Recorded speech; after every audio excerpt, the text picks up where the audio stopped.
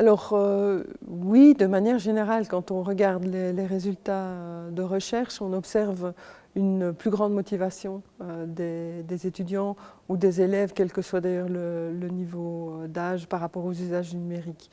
Si on va un petit peu plus dans le détail et puisqu'on parle du pédagogique, dans une recherche plus ou moins récente qu'on a réalisée avec d'autres collègues, qui est la recherche iSUP, qui nous a permis de mettre en évidence une typologie et donc des différents types de dispositifs hybrides, on a pu, grâce à notre travail, mettre en relation des types de dispositifs avec certains effets plus importants sur la motivation notamment des étudiants et sur l'engagement des enseignants.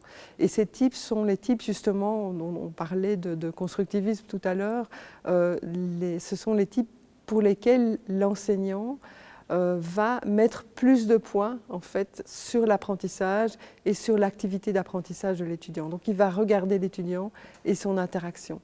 Il y a aussi des types de dispositifs qui n'ont pas changé, comme je disais tout à l'heure, la scène ou l'écran, où on est justement dans un auditoire comme celui-ci et on présente un exposé. Les types de dispositifs qui sont centrés sur l'apprentissage, en fait, vont avoir un effet perçu chez les étudiants comme plus motivant, ils ont l'impression d'apprendre plus, d'avoir une activité plus riche, etc. Et puis pour les enseignants aussi, cela augmente leur engagement, c'est-à-dire leur envie de continuer à travailler de la même manière.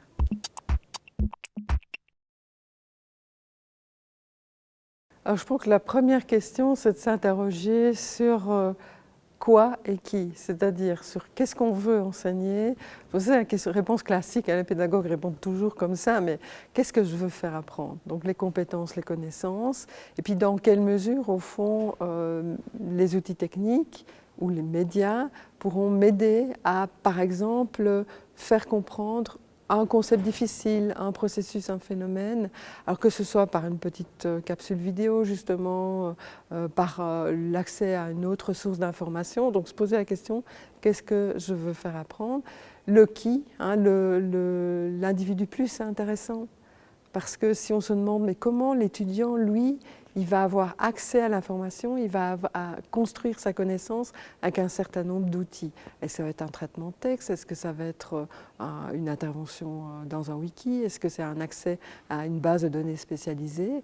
Et puis là, ça change pas mal de choses sur le type d'activité qu'on va faire aux étudiants. Donc on peut commencer, je dirais, petit comme ça.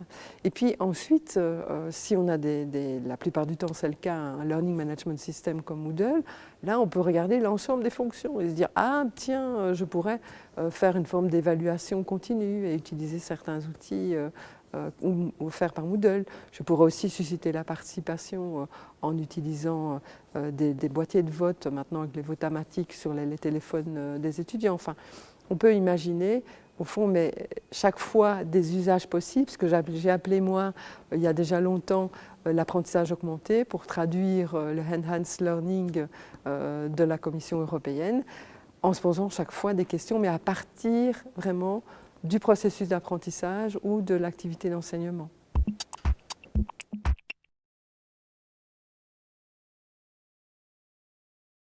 Oui, bon, l'expression soft skills, en préparant un peu cet entretien, je me suis dit, ben ça c'est de nouveau une catégorie administrative, parce que c'est en fait l'idée qu'il y a certaines compétences qui vont être utilisables dans une grande variété de situations. Mais c'est des compétences comme les autres, on va dire, hein, qu'on va pouvoir décrire avec un modèle comme celui de Jonard.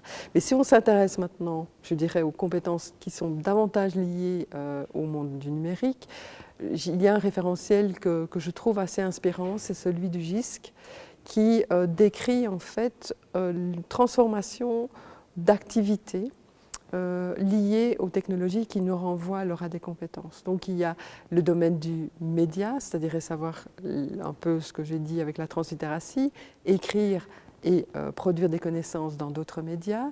Il y a aussi des compétences liées au contrôle de l'identité. Comment est-ce que je vais me présenter sur les réseaux sociaux ou sur ma page perso. Il y a tout ce qui relève de la collaboration, avec d'autres ou au niveau académique pour les chercheurs, donc être capable de produire des connaissances ensemble avec un certain nombre de ressources, d'outils, de documents partagés, de moyens, de vidéoconférences, etc.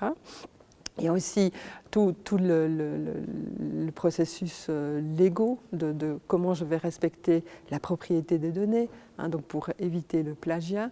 Il y a tout l'aspect de recherche d'informations de différentes sources, de pouvoir aussi les indexer, de pouvoir les présenter. Donc au fond, si vous allez voir sur cette image du GIS que vous pouvez montrer, en fait c'est un peu comme une fleur et on développe des compétences à différents niveaux. Il y a aussi l'apprendre avec ces outils technologiques, développer son environnement personnel d'apprentissage, en prendre conscience, le représenter, le formaliser. Ben, tout ça, ça va faire partie de ces compétences transversales, de ces digital skills. Et là, bien sûr, il y a une réflexion qu'on doit faire aujourd'hui sur comment on développe, on valorise ces compétences chez les étudiants, chez les apprentis.